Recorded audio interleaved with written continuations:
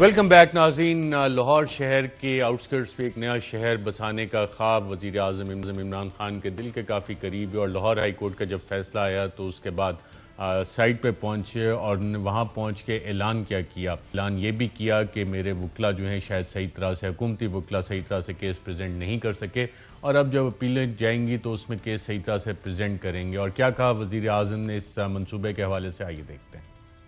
میں اپنی عدالتوں کی بڑی عزت کرتا ہوں. میرے خیال میں کہ ہم نے صحیح معنی میں اپنا کیس لاہور بینچ کے سامنے پریزنٹ نہیں کیا. انشاءاللہ سپریم کورٹ میں ہم اپنا صحیح معنی میں کیس رکھیں گے ان کے سامنے. اصل میں یہ شاید کسی کو غلط فہمی ہے کہ یہ کوئی ہاؤسنگ سوسائٹیز بن رہی ہیں، یہ نیا شہر بن رہا ہے.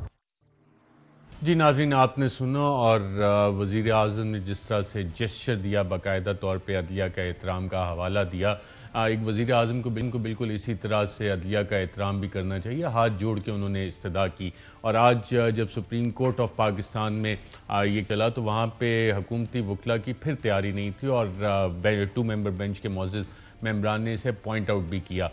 پہلے سرزنش کی گئی اور اس کے بعد حکومت کو ایک ریلیف دیا گیا اور غیر معینہ مدت تک کے لیے اس کیس کو ملتوی کر دیا گیا.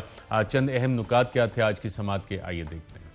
جسٹس اعجاز الاحسن نے وکلا سے سوال کیا کہ ہائی کورٹ کے فیصلے میں کیا غلطی ہے. ایڈوکیٹ جنرل پنجاب احمد اویس عدالتی سوالات کے جواب نہ دے سکے. جسٹس اعجاز الاحسن نے کہا کہ آپ لوگوں کو یہ علم ہی نہیں کہ کیس کیا ہے. جسٹس مظاہر نقوی نے کہا کہ لگتا ہے ایڈوکیٹ جنرل صاحب آپ بغیر تیاری کے آئے ہیں. Additional advocate general Ahmad Awais نے کہا جس کیس میں فیصلہ دیا گیا پنجاب حکومت اس میں فریق نہیں تھی. جسٹس اعجاز الاحسن نے کہا کہ مجموعی طور پر 18 درخواستیں تھیں، ایک میں فریق نہ ہونے سے فرق نہیں پڑتا. انہوں نے مزید کہا کہ پنجاب حکومت نے اپنا موقف ہائی کورٹ میں پیش کیا تھا. ریکارڈ کے مطابق منصوبے کے لیے زمینوں کا حصول بھی چیلنج کیا گیا تھا. صوبائی حکومت کے وکلا عدالت میں غلط بیانی نہ کریں. دوران سماعت ایڈیشنل ایڈوکیٹ جنرل پنجاب کے کان میں ساتھیوں کی سرگوشیاں. جسٹس اعجاز الاحسن نے کہا کہ کیس کی تیاری اپنے چیمبر میں کیا کریں. ہر 2 منٹ بعد آپ کے کان میں کوئی سرگوشی کر رہا ہوتا ہے. آپ لوگوں کو خود ہی سمجھ نہیں آ رہی کہ کیس آخر ہے کیا اور دلائل کیا دینے ہیں. سماعت کے بعد سپریم کورٹ نے راوی اربن ڈیولپمنٹ منصوبے کا کالعدم قرار دینے کا فیصلہ معطل کر دیا. عدالت نے پنجاب حکومت کو راوی اربن منصوبے پر کام جاری رکھنے کی اجازت دے دی. جن زمینوں کی مالکان کو ادائیگیاں ہو چکی ہیں ان پر کام جاری رکھا جا سکتا ہے. جن زمینوں کے مالکان کو ادائیگی نہیں ہوئی وہاں کام نہیں ہو سکتا. جائزہ لیں گے کہ فیصلے کے خلاف انٹرا کورٹ اپیل بنتی ہے یا نہیں. اگر انٹرا کورٹ اپیل بنتی ہوئی تو کیس لاہور ہائی کورٹ بھجوا دیں گے. جسٹس اعجاز الاحسن نے کہا کہ ہائی کورٹ نے امریکی آئین کا حوالہ دیا ہے. امریکی اور پاکستانی حالات اور آئین مختلف ہیں. وکیل روڈا مرزا انصر نے کہا کہ ہائی کورٹ میں درخواست گزار ہاؤسنگ سوسائٹیز تھیں. جسٹس مظاہر نقوی نے کہا کہ ہاؤسنگ سوسائٹیز کا تو مفادات کا ٹکراؤ واضح ہے. روڈا کے وکیل مرزا انصر نے کہا کہ ہائی کورٹ نے قرار دیا کہ لینڈ ایکوزیشن ایکٹ کا اطلاق زرعی زمینوں پر نہیں ہوتا. جسٹس اعجاز الاحسن نے کہا کہ اٹارنی جنرل کو سنے بغیر لینڈ ایکوزیشن ایکٹ پر فیصلہ نہیں دیا جا سکتا تھا. روڈا کے وکیل مرزا انصر نے کہا کہ جنگلات کی کوئی زمین منصوبے کے لیے حاصل نہیں کی گئی. ہائی کورٹ نے جنگلات کی زمین حاصل کرنے سے متعلق درست نہیں لکھا. جسٹس اعجاز الاحسن نے کہا کہ ریکارڈ کے مطابق روڈا کے لیے شیخو پورہ کی زمین بھی حاصل کی گئی. انہوں نے سوال کیا کہ کیا شیخو پورہ کی مقامی حکومت کی منظوری سے زمین لی گئی؟ کیا زمینیں حاصل کرنے کے بعد مالکان کو ادائیگی ہو گئی؟ Additional advocate general Ahmad Awais نے کہا کہ اب تک 342 مالکان یعنی 95% کو ادائیگی ہو چکی ہے. پیسے لینے والے کسی مالک نے ہائی کورٹ سے رجوع نہیں کیا. جسٹس اعجاز الاحسن نے کہا کہ ججز ٹاؤن پلانر ہوتے ہیں نہ ہی ماحولیات کے ماہر. ججز نے ماہرین کی رپورٹس پر انحصار کرنا ہوتا ہے. روڈا کے وکیل مرزا انصر نے کہا کہ ماحولیاتی ایجنسی نے واٹر ٹریٹمنٹ پلانٹ لگانے کو درست قرار دیا تھا. راوی پر ٹریٹمنٹ پلانٹ لگانا سپریم کورٹ کا حکم تھا. سپریم کورٹ آف پاکستان نے اس کیس کی سماعت غیر معینہ مدت کے لیے ملتوی کر دی. جی ناظرین، جس لاہور ہائی کورٹ کے فیصلے کو کالعدم قرار دیا گیا اس میں بہت سارے قانونی نکات بھی ہیں، کچھ فیکچول کنٹروورسیز بھی ہیں جن کا کہ آگے جا کے لیگل چیلنجز بھی اس حوالے سے کافی سارے ہوں گے. حکومت پنجاب کے لیے، راوی اربن ڈیولپمنٹ اتھارٹی کے لیے، LDA کے افسران، جو لاہور ہائی کورٹ کا جسٹس شاہد کریم نے فیصلہ دیا اس میں بہت سارے ایسے نکات ہیں جس کو کہ آج سپریم کورٹ نے کالعدم قرار دیا، اور یہ آپشن بھی ابھی دیکھی جائے گی کہ انٹرا کورٹ اپیل کے لیے اسے واپس لاہور ہائی کورٹ بھیجا جائے یا کہ سپریم کورٹ آف پاکستان میں یہ کیس پروسیڈ کرے گا. اس میں سے جو چند اہم نکات ہیں کہ یہ فیصلہ کیسے ہوا, کیا اس پروجیکٹ کا ماسٹر پلان اویلیبل ہے نہیں ہے, جس کمپنی نے کو پاس یہ گیا اسی کمپنی کا سی او روڈا میں آ گیا, کیا یہ کانفلکٹ آف انٹرسٹ تو نہیں تھا, کیا جس کمپنی کا مبینہ طور پہ کہا جا رہا ہے کہ جی ماسٹر پلان اس نے بنایا یا فیزیبلٹی اس نے بنائی وہ ایل ڈی اے کے پاس بلیک لسٹڈ کمپنی ہے؟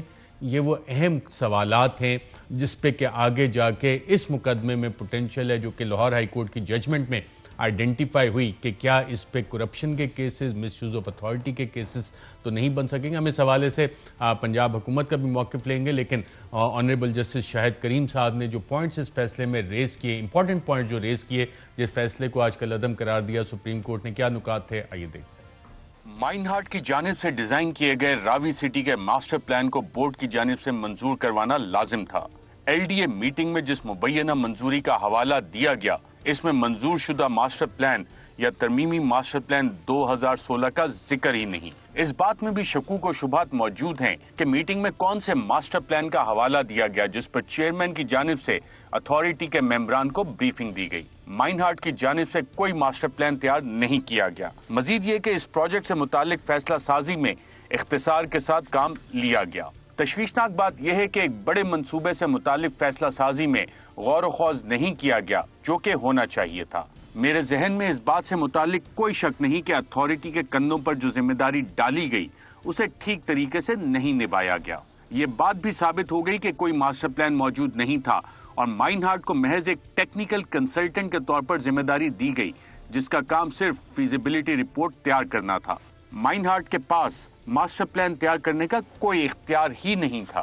اتھارٹی کے ممبران اس فیصلے کے اہم نکات سے متعلق غلط فہمی کا شکار تھے جو کہ میٹنگ میں ان کی جانب سے لیا جانا تھا. کسی منصوبے یا چلاکی سے بورڈ کے ممبران کو ایک ایسے ماسٹر پلان کی منظوری پر قائل کیا گیا جو کہ موجود ہی نہیں تھا. لہٰذا بورڈ ممبران کی جانب سے کیا گیا فیصلہ غلط حقائق پر مبنی تھا اور یہ غلط حقائق اس فیصلہ سازی کے ذریعے فیڈ کیے گئے جو اس سارے معاملے سے متعلق کی جا رہی تھی. میں یہاں ناول ایلس ان ونڈرلینڈ کا حوالہ دیتے ہوئے اس ٹرائل کا ذکر کروں گا جس میں ایلس کو بطور گواہ بلایا گیا جسے کچھ پتہ ہی نہیں تھا. افسوس کے ساتھ یہ کہنا پڑ رہا ہے کہ ایلس کی طرح بورڈ ممبران کو بھی کچھ پتہ ہی نہیں تھا. اس سب کے باوجود روڈا اور پنجاب حکومت نے اس سب کو غیر اہم سمجھا اور بورڈ ممبران کے اس فیصلے پر انحصار کر لیا جو کہ غیر معقول فیصلہ تھا. روڈا بورڈ ممبران کی ماسٹر پلان بنانے سے متعلق اہلیت سامنے لانے میں ناکام رہا. روڈا کے ایل ڈی اے کی 14 جولائی 2016 کو ہونے والی میٹنگ میں منظور کیے گئے ماسٹر پلان پر انحصار کرنا بالکل غلط ہے اور اس کی کوئی قانونی حیثیت نہیں ہے.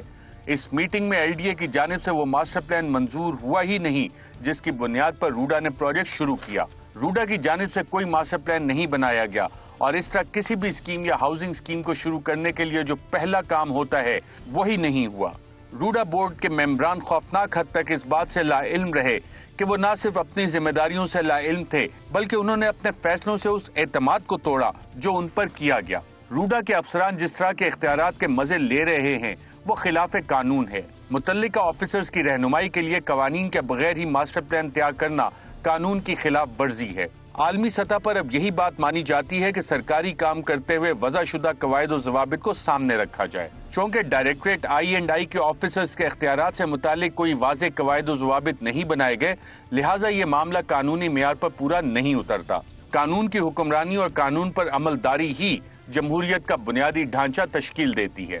یہ بات French declaration of the rights of man and citizen 1789 کی شق 16 میں بھی کہی گئی ہے کہ جس معاشرے میں قانون کی عملداری اور اختیارات کا دائرہ کار وضع نہیں ہوتا اس معاشرے میں کوئی آئین موجود ہی نہیں ہوتا. ایسا لگتا ہے کہ ڈائریکٹوریٹ آئی کے افسران کو کچھ معاملات میں مکمل ثوابدیدی اختیارات دیے گئے. مکمل ثوابدیدی اختیارات سے متعلق جسٹس ڈگلس نے اپنے ایک فیصلے میں کہا تھا جب بھی کسی کو مکمل ثوابدیدی اختیار دیے گئے اس کے ہمیشہ برے نتائج ہی سامنے آئے. مائن ہارٹ کے پاس یہ قانونی صلاحیت ہی نہیں تھی کہ وہ ماسٹر پلان بنا سکے یا اسے منظور کر سکے. یہ اختیار صرف ایل ڈی اے کے پاس تھا. دستاویزات میں بھی یہ بات سامنے آئی کہ ایل ڈی اے نے نہ ہی ایسا کوئی ماسٹر پلان منظور کیا بلکہ ایک اہم میٹنگ میں مائن ہارٹ کی پروفیشنل صلاحیت کو چیلنج کرتے ہوئے اسے بلیک لسٹ کر دیا گیا. اس فیصلے سے یہ بات واضح ہو جاتی ہے کہ مائن ہارٹ کو ایل ڈی اے کی جانب سے بلیک لسٹ کیا گیا. روڈا کے وکیل کی جانب سے عدالت کو ایک ایسا موقف تسلیم کرنے کا کہا گیا جو اس کے بالکل برعکس تھا.